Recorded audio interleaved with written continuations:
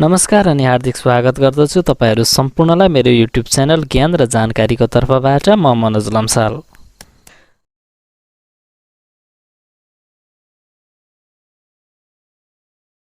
आज म तपाईहरू समक्ष बौद्ध दर्शन र शिक्षा सम्बन्धी विभिन्न जानकारीहरू लिएर आएको छु। विशेष गरेर बौद्ध दर्शन र शिक्षासँग सम्बन्धित रहेर शिक्षाका लक्ष्यहरू अर्थात् एम्स अफ एजुकेसन, शिक्षा दिने तरिकाहरू, पाठ्यक्रमका कुराहरू, परीक्षाका कुराहरू, शिक्षण विधिका कुराहरू अनि बौद्ध दर्शनको शैक्षिक प्रयोगको सन्दर्भमा विभिन्न कुराहरू चर्चा गर्नेछु। आजको विषयवस्तु सुरु गर्नुभन्दा अगाडि यदि तपाईहरूले यो च्यानल सब्स्क्राइब गर्नुभएको छैन भने कृपया सब्स्क्राइब गरी बेल आइकन समेत क्लिक गर्नुहोला। बेल आइकनमा क्लिक गर्नुभयो भने नयाँ विषयवस्तुहरू अथवा नयाँ अनलाइन क्लासहरू सुरु भएको तपाईहरूले नोटिफिकेसनमा पाउन सक्नुहुनेछ र आफ्नो अध्ययन कार्यलाई नियमित बनाउन सक्नुहुन्छ। साथै कुनै अस्पष्टता वा नबुझ्नु भएको वा कुनै समस्या भएमा कृपया कमेन्ट बक्समा लेखेर कमेन्ट गर्नुहोला र यो भिडियोलाई लाइक र सेयर गर्न पनि नभुल्नुहोला भन्दै आजको विषयवस्तु सुरुवात गर्न चाहन्छु। बुद्धिस्ट फिलोसोफी एन्ड एजुकेसन अर्थात् बौद्ध दर्शन र शिक्षा। बुद्धको दृष्टिकोण तथा उपदेशहरूमा आधारित दर्शन नै बौद्ध दर्शन हो। बुद्ध दर्शनका सर्वश्रेष्ठ ग्रन्थहरू जसलाई त्रिपिटक भनेर भनिन्छ, त्यही त्रिपिटकमा आधारित भएर 4वटा आर्य सत्यद्वारा निर्देशित शिक्षा नै बौद्ध शिक्षा हो। वैदिक शिक्षा विरुद्धको शिक्षा नै बौद्ध शिक्षा हो। बौद्ध गुम्बा, मठ तथा विहारहरूमा केन्द्रित भिक्षुहरूबाट दिइने शिक्षा नै बौद्ध शिक्षा हो। बौद्ध दर्शन अनुसारको शिक्षाको संस्कार अन्य धर्म तथा दर्शनहरूभन्दा भिन्न किसिमको पाइन्छ। बुद्धको मृत्युपछि बौद्ध धर्म चाहिँ महायान, हिनयान, वज्रयान र लामावाद गरी विभिन्न सम्प्रदायहरूमा विभाजित भयो र यिनै सम्प्रदायहरू अनुसार चाहिँ शिक्षा पद्धति पनि बिस्तारै बिस्तारै विकसित हुँदै गयो। यस्ता 4वटा सम्प्रदायहरूमा चाहिँ महायान सम्प्रदायले भगवान बुद्धलाई भगवानको रूपमा स्वीकार गरेको पाइन्छ। त्यस्तै हिनयान सम्प्रदायले चाहिँ बुद्धलाई ईश्वरका रूपमा स्वीकार गर्दैनन्। वज्रयान सम्प्रदायले तान्त्रिक माध्यम अपनाई बुद्ध धर्म र बौद्ध शिक्षाको आफ्नै तरिकाले व्याख्या गरेका छन्। त्यस्तै लामावादले चाहिँ पुनर्जन्ममा विश्वास गरी अघि बढेको पाइन्छ। बौद्ध दर्शन अनुसार चाहिँ दुःख नै संसारबाट मोक्ष प्राप्त गर्न नसक्ने एकमात्र कारण हो। अज्ञानता, तृष्णा र आसक्तिले दुःख निम्त्याउने गर्दछ। यस दुःखबाट चाहिँ मोक्ष प्राप्त गर्न बुद्ध दर्शनले बताए अनुसारको ज्ञान प्राप्त गर्नु पर्दछ। बुद्ध दर्शनले बताए अनुसारको ज्ञान प्राप्त गरे दुःखबाट मोक्ष प्राप्त हुने, दुःख विनाश हुने र अनि त्यसबाट चाहिँ मोक्ष पाइने कुरा बुद्ध दर्शनले बताएको छ। दुःख निवारणका उपायहरू प्राप्त गर्नु नै शिक्षा प्राप्त गर्नु हो।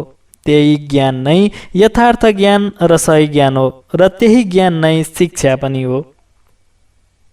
बौद्ध शिक्षाको विकासक्रमलाई हेर्दा अथवा विश्लेषण गर्दा प्राचीन समयदेखि नै प्राथमिक शिक्षा र उच्च शिक्षाको व्यवस्थाबाट विकसित हुँदै आएको पाइन्छ। प्राथमिक र उच्च शिक्षाहरू सबै धर्म र जातका बालबालिकाका लागि खुल्ला थियो। प्राथमिक शिक्षा चाहिँ मठहरूमा दिइन्थ्यो। 5औं शताब्दीमा भारत आएका यात्री फा यानका अनुसार बौद्ध शिक्षा पूर्ण रूपमा धार्मिक थियो, तर पछि वैदिक शिक्षासँगको प्रतिस्पर्धामा यसलाई मठहरूमा शिक्षा दिने कामको सुरुवात भयो। त्यस्तै अर्का यात्री आई सिंहका अनुसार प्राथमिक शिक्षाको प्रारम्भ 6 वर्षदेखि हुन्थ्यो र यसको अवधि 6 वर्षको थियो। शिक्षाको माध्यम चाहिँ जनसाधारणको पाली भाषा रहेको थियो र शिक्षण विधि चाहिँ मूलत मौखिक किसिमको थियो भनेर यी यात्रीहरूले बताएको पाइन्छ। प्राथमिक शिक्षाको समाप्ति पश्चात 12 वर्षको उमेरदेखि 12 वर्षसम्म उच्च शिक्षा ग्रहण गर्ने प्रचलन रहेको थियो। अर्थात् 12 वर्षको उमेरदेखि लगभग 25 वर्षको उमेरसम्म चाहिँ उच्च शिक्षाको समयावधि मानिएको थियो। शिक्षाको भाषाको माध्यम पाली भाषा भए तापनि बुद्धले चाहिँ संस्कृत लगायत अन्य भाषामा समेत शिक्षा लिने अनुमति चाहिँ दिएको पाइन्छ। यस प्रकार विकसित हुँदै बौद्ध शिक्षा चाहिँ नदिया विश्वविद्यालय, वल्लभी विश्वविद्यालय, विक्रमशिला विश्वविद्यालय, तक्षशिला विश्वविद्यालय र नालन्दा विश्वविद्यालय लगायत अन्य विभिन्न मुलुकमा विभिन्न शिक्षालयहरू मार्फत दिइएको चाहिँ उदाहरणहरू प्रशस्तै पाइन्छन्। बौद्ध शिक्षाको बारेमा जानकारीपछि अब एम्स अफ एजुकेसन अर्थात् शिक्षाका लक्ष्यहरू। बौद्ध शिक्षा चाहिँ विभिन्न लक्ष्यहरूद्वारा केन्द्रित भएको पाइन्छ। पहिलो लक्ष्य रहेको छ प्रव्रज्या संस्कार। भिक्षु जीवनमा प्रवेश गर्नका लागि पहिलो साधारण जीवनयापनको अवस्थाबाट अगाडि बढ्नु नै प्रव्रज्या संस्कार हो। यस्तो संस्कारमा अघि बढ्ने बालकलाई श्रमणेर भनिन्छ। यस संस्कारमा चाहिँ बालकले बुद्धम शरणम गच्छामि, धम्मम शरणम गच्छामि, सङ्गम शरणम गच्छामि उच्चारण गरी 10 शिक्षा पद पालना गर्ने आदेश प्राप्त गर्दछ। यस्ता 10 शिक्षा पदहरू चाहिँ निम्नानुसार रहेका छन्। पहिलो चोरी नगर्नु, दोस्रो जीव हत्या नगर्नु, तेस्रो असत्य नबोल्नु, चौथो वर्जित समयमा नखानु, पाँचौं अशुद्ध आचरण नगर्नु, छैटौं मादक पदार्थको सेवन नगर्नु, सातौं कसैले दिएको वस्तु बाहेक अन्य वस्तु ग्रहण नगर्नु, आठौं श्रृङ्गारका वस्तुहरू प्रयोग नगर्नु, नवौं सुन चाँदी जस्ता बहुमूल्य वस्तुहरू दान नलिनु र दशौं नृत्य, सङ्गीत र तमासेका नजिक जाने प्रयास नगर्नु। यसरी 10 वटा विभिन्न आदेशहरूको पालना गरी चाहिँ प्रव्रज्या संस्कारबाट अघि बढ्ने गर्दछन्। दोस्रो शिक्षाको लक्ष्य रहेको छ उपसम्पदा संस्कार। प्रव्रज्या संस्कारपछि बौद्ध सङ्घको स्थायी सदस्य प्राप्त गर्नका लागि दिइने शिक्षा नै उपसम्पदा संस्कार हो। यो उपसम्पदा संस्कारमा पनि विभिन्न आदेशहरूको पालना गर्नु पर्दछ। यस्ता आदेशहरू चाहिँ निम्नानुसार रहेका छन्। पहिलो वृक्षको फेदमा बास गर्नु, दोस्रो साधारण वस्त्र लगाउनु, तेस्रो सात्विक भोजनको प्रयोग गर्नु, चौथो भोजनका लागि भिक्षा माग्नु र पाँचौं औषधिका रूपमा गौमूत्रको प्रयोग गर्नु। यी 5 वटा कार्यहरूलाई चाहिँ गर्न हुने कार्य अथवा राम्रो कार्यका रूपमा लिइएको पाइन्छ। त्यस्तै गरेर छैटौं रहेको छ चोरी र जीव हत्या नगर्नु, सातौं अलौकिक शक्तिको दावा नगर्नु र आठौं स्त्रीसँग यौन सम्बन्ध नराख्नु। यी 3 वटा कार्यहरूलाई चाहिँ अकार्य अर्थात् गर्न नहुने कार्यको रूपमा बौद्ध शिक्षामा राखिएको छ। प्रव्रज्या र उपसम्पदा संस्कारपछि तेस्रो बौद्ध शिक्षाको लक्ष्य रहेको छ इम्पेटियस अफ भर्नाकुलर अर्थात् लोक भाषामा प्रोत्साहन। बौद्ध शिक्षा चाहिँ लोक भाषामा आधारित रहेको पाइन्छ। लोक भाषाको रूपमा पाली भाषाबाट चाहिँ बौद्ध शिक्षाहरू प्रदान गरिएको पाइन्छ। चौथो लक्ष्य रहेको छ प्रोभाइड पपुलर इलिमेन्ट्री एजुकेसन अर्थात् सार्वजनिक प्रारम्भिक शिक्षा प्रदान गर्नु। बौद्ध शिक्षामा चाहिँ सम्पूर्ण किसिमका बालबालिकाहरूका लागि सबै जात र धर्मका बालबालिकाहरूका लागि चाहिँ सार्वजनिक शिक्षा खुल्ला गरिएको चाहिँ पाइन्छ। सबै बालबालिकाहरूलाई शिक्षा प्रदान गर्नु पनि बौद्ध शिक्षाको चाहिँ अर्को एउटा लक्ष्यको रूपमा रहेको हामी पाउन सक्छौँ। पाँचौं लक्ष्य रहेको छ डेमोक्रेटिक बेस अफ एजुकेसन अर्थात् शिक्षाको प्रजातान्त्रिक आधार। प्रजातान्त्रिक ढङ्गबाट चाहिँ सबैका लागि समान किसिमको शिक्षा दिने गरेको चाहिँ यस बौद्ध सम्प्रदायमा पाइन्छ। छैटौं रहेको छ राइज अफ अर्गनाइज्ड एजुकेसनल इन्स्टिट्युसन्स अर्थात् सङ्गठित शैक्षिक संस्थाहरूको विकास। सङ्गठित शैक्षिक संस्थाहरूको रूपमा चाहिँ विभिन्न बौद्ध विहारहरू, मठहरू, गुम्बाहरू लगायतका कुराहरू चाहिँ विकास भएको पाइन्छ। सातौं रहेको छ स्टडी अफ त्रिपिटक अर्थात् त्रिपिटकको अध्ययन। त्रिपिटकको अध्ययन गर्नु पनि बौद्ध शिक्षाको अर्को एउटा लक्ष्य हो। त्रिपिटकमा निम्न 3 वटा पिटकहरू पर्दछन्। पहिलो सुत्त पिटक, दोस्रो अभिधम्म पिटक र तेस्रो विनय पिटक। यी पिटकहरू चाहिँ बौद्ध शिक्षाको चाहिँ पाठ्यक्रमका रूपमा पनि रहेका छन्, जसको बारेमा केही बेरपछि चर्चा हुनेछ। के भाटिया नामक विद्वान दार्शनिकले चाहिँ बौद्ध दर्शनका चाहिँ शिक्षाका लक्ष्यहरू निम्नानुसार हुने बताएका छन्। उनका अनुसार पहिलो शिक्षाको लक्ष्य छ स्टडी अफ नन भायोलेन्स अर्थात् अहिंसामा जोड। दोस्रो इम्फासिस अन क्यारेक्टर बिल्डिङ अर्थात् चरित्र निर्माणमा जोड। तेस्रो ट्रुथफुल लिभिङ अर्थात् सत्यपूर्ण जीवन। चौथो रेगुलर लिभिङ नियमित जीवन। पाँचौं purity of thought mind and taste अर्थात् सोचाइ चिन्तन र स्वादमा शुद्धता। छैटौं रहेको छ simple living and high thinking अर्थात् सादा जीवन उच्च विचार। सातौं रहेको छ इम्पिटियस टु वर्नाक्युलर अर्थात् लोक भाषामा प्रोत्साहन। बौद्ध शिक्षाका लक्ष्यहरू पश्चात पाठ्यक्रम प्रक्रिया अर्थात् करिकुलम प्रोसेस। बौद्ध दर्शनमा आधारित शिक्षा अर्थात् बौद्ध शिक्षामा चाहिँ पाठ्यक्रममा धर्मशास्त्रको प्रमुख स्थान रहेको पाइन्छ। पाठ्यक्रमको मूल आधार चाहिँ त्रिपिटकको रूपमा रहेको छ। त्रिपिटक बुद्धले दिएका उपदेशहरूको सङ्कलन गरिएको पुस्तक हो, जस अन्तर्गत सुत्त पिटक, अभिधम्म पिटक र विनय पिटक पर्दछन्। पहिलो पिटक रहेको छ सुत्त पिटक। बुद्ध धर्मको व्याख्या गर्ने शास्त्र नै सुत्त पिटक हो। बुद्ध स्वयं र उनका उत्कृष्ट चेलाहरू सारिपुत्त, आनन्द र मोगलानाका उपदेशहरू चाहिँ यस सुत्त पिटकमा समावेश भएको पाइन्छ। सुत्त पिटक 5 वटा भागहरूमा विभाजित छ। पहिलो दीर्घ निकाय, दोस्रो मध्यम निकाय, तेस्रो संयुक्त निकाय, चौथो अङ्गुत्तरा निकाय र पाँचौं खुद्दका निकाय। पहिलो दीर्घ निकाय लामो छलफलको सङ्ग्रह हो।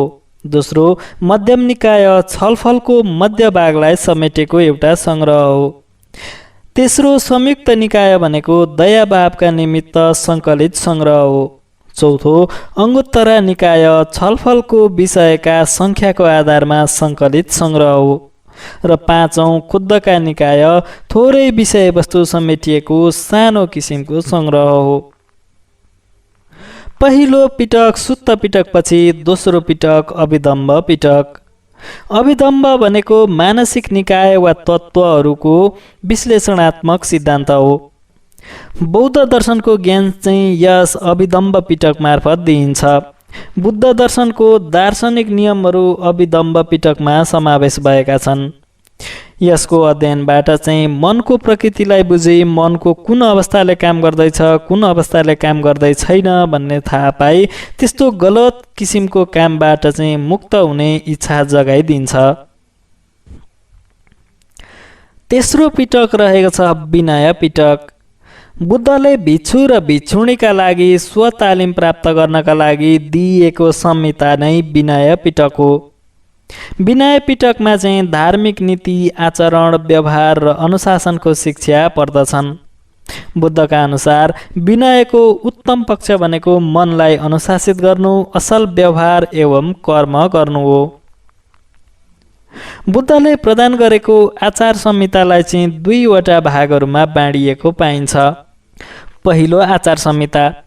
पहिलो आचार संहिता चाहिँ सर्वव्यापी नैतिक आचरण, जुन खराब काम र अनैतिक कार्यबाट बच्नका लागि सर्वसाधारण समेतले यसको अनुसरण गर्न सक्छन्। दोस्रो आचार संहिता रहेको छ बौद्ध भिक्षु र भिक्षुणीहरूका लागि बनेको आचार संहिता।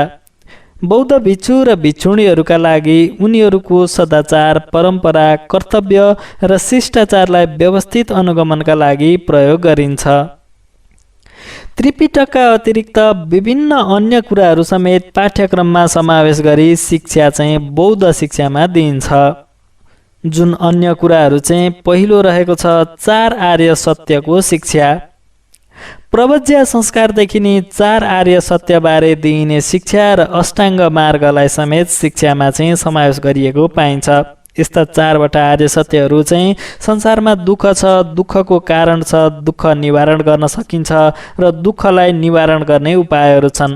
त्यस्तै गरेर अष्टाङ्ग मार्ग चाहिँ यिनै दुःखहरूलाई निवारण गर्नका लागि अपनाइने 8 वटा मार्गहरू हुन्, जसको चाहिँ बुद्ध शिक्षामा अध्ययन गर्नुपर्ने हुन्छ। बौद्ध पाठ्यक्रममा समावेश गरिने दोस्रो विषयवस्तु रहेको छ पञ्चस्कन्ध। पञ्चस्कन्धमा चाहिँ रूप, वेदना, संज्ञा, संस्कार, विज्ञान आदि जस्ता विभिन्न ज्ञानहरूलाई चाहिँ पाठ्यक्रममा समावेश गरिएको पाइन्छ। तेस्रो रहेको छ द्वादश आयतन र अष्टादश धातु। इन्द्रिय र त्यस सम्बद्ध विषयको ज्ञान दिनका लागि द्वादश आयतन र अष्टादश धातुहरू समेत पाठ्यक्रममा चाहिँ समावेश गरिएको पाइन्छ। बौद्ध शिक्षामा उच्च शिक्षाको पाठ्यक्रम चाहिँ दुई किसिमको रहेको पाइन्छ। पहिलो लौकिक र दोस्रो धार्मिक। लौकिक किसिमको पाठ्यक्रम चाहिँ साधारण नागरिकका लागि तथा धार्मिक र सामाजिक जीवनका लागि सुयोग्य नागरिक तयार गर्ने उद्देश्यले तयार गरिएको पाठ्यक्रम हो। त्यस्तै दोस्रो धार्मिक पाठ्यक्रम चाहिँ भिक्षु भिक्षुणीहरूका लागि दिइने शिक्षाको पाठ्यक्रम हो।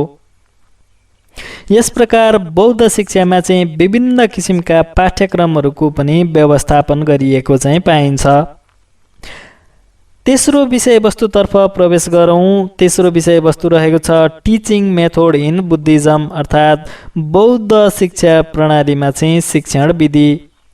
बौद्ध शिक्षण प्रणालीमा चाहिँ विभिन्न किसिमका शिक्षण विधिहरूको चाहिँ प्रयोग गरिएको पाइन्छ, जसअनुसार चाहिँ प्रवचन, व्याख्या, प्रश्नोत्तर, छलफल, वाद विवाद, श्रवण मनन, श्रुति स्मृति जस्ता विधिहरू रहेका छन्। शिक्षण विधि पश्चात अब बौद्ध दर्शनको शैक्षिक प्रयोग अर्थात् educational implications of Buddhist philosophy. बौद्ध दर्शनलाई चाहिँ अहिलेको वर्तमान शिक्षा प्रणालीमा चाहिँ कसरी प्रयोग गर्न सकिन्छ भन्ने कुरा नै बौद्ध दर्शनको शैक्षिक प्रयोगहरू हुन्। बौद्ध दर्शनको पहिलो शैक्षिक प्रयोग रहेको छ विभेद रहित शिक्षामा समान अवसर तथा समाहित शिक्षा। दोस्रो अनुकरणीय शान्तिको मार्ग, जसले आज पनि विद्यालयलाई शान्ति क्षेत्र घोषणा गर्न माग बढेको छ। तेस्रो रहेको छ विद्यार्थी अनुशासनमा जोड। चौथो शिक्षक तथा संस्थाहरू प्रजातान्त्रिक मूल्यमा आधारित। शिक्षामा स्वतन्त्रता तथा प्रजातान्त्रिक प्रक्रिया। पाँचौं नैतिक आचरण युक्त शिक्षा पद्धति। छैटौं महिला शिक्षाको विकासमा योगदान। सातौं रहेको छ यस शिक्षाले अन्तर्राष्ट्रिय चरित्रको विकास गरी शिक्षामा अन्तर्राष्ट्रिय समझदारीको विकास भएको चाहिँ पाइन्छ। आठौं पाली भाषालाई शिक्षण माध्यमका रूपमा प्रयोग, जसको प्रभाव आज पनि प्राथमिक शिक्षामा मातृभाषामा शिक्षा दिन सकिने व्यवस्था रहेको छ। नवौं शैक्षिक प्रयोग रहेको छ संसारमा सङ्गठित शिक्षण पद्धतिको सुरुवात। बिहार र गुम्बाहरूमा दिइने शिक्षा यसको चाहिँ ज्वलन्त किसिमको उदाहरण हुन्। दशौं रहेको छ बौद्ध दर्शन अनुसार चोरी नगर्नु, असत्य नबोल्नु, मादक पदार्थ सेवन नगर्नु, जीव हत्या नगर्नु, अशुद्ध आचरण नगर्नु आदि जस्ता व्यवहारले शिक्षा क्षेत्रमा चाहिँ मर्यादा कायम गरेको पाइन्छ। 11औं प्रयोग रहेको छ शिक्षण विधिका रूपमा प्रयोग हुने व्याख्यान, श्रवण, मनन, वाद विवाद, छलफल, प्रश्नोत्तर आज पनि त्यत्तिकै सान्दर्भिक रहेका छन्। 12औं प्रयोग रहेको छ सामाजिक सङ्घ संस्थाको रूपमा शिक्षालयहरू चाहिँ रहनु। 13औं बौद्ध शिक्षा पद्धतिमा सङ्घ सामु औपचारिक रूपले आफ्नो मतभेद राख्ने पद्धति तथा नियमको चाहिँ विकास भएको थियो। आधुनिक शिक्षण पद्धतिमा अन्तर्क्रियात्मक सिकाइलाई यसको परिष्कृत दृष्टिले चाहिँ हेर्न सकिन्छ। 14औं रहेको छ शिक्षा ग्रहण गर्ने क्रममा आपसी सहयोग र सक्रिय सहभागितालाई आधार बनाउनु पर्ने कुरामा जोड दिइएको। आज मैले तपाईहरु समक्ष बौद्ध दर्शन र शिक्षा अनि बौद्ध शिक्षाको शैक्षिक प्रयोगहरूको सन्दर्भमा विभिन्न कुराहरू चर्चा गरेँ। यी विषयवस्तुहरूमा कहीँ कतै तपाईहरुलाई अप्ठ्यारो भएको वा नबुझ्नु भएको अथवा कुनै जिज्ञासा भएमा कृपया कमेन्ट बक्समा कमेन्ट गर्नुहोला। त्यस्तै यो च्यानल सब्स्क्राइब गर्नुभएको छैन भने कृपया सब्स्क्राइब गरी लाइक, शेयर र कमेन्ट गर्न पनि भुल्नुहुने छैन भन्ने आशा गर्दै आजको यो भिडियोबाट बिदा हुन चाहन्छु। हवस् त, धन्यवाद, नमस्कार, जय मातृभूमि।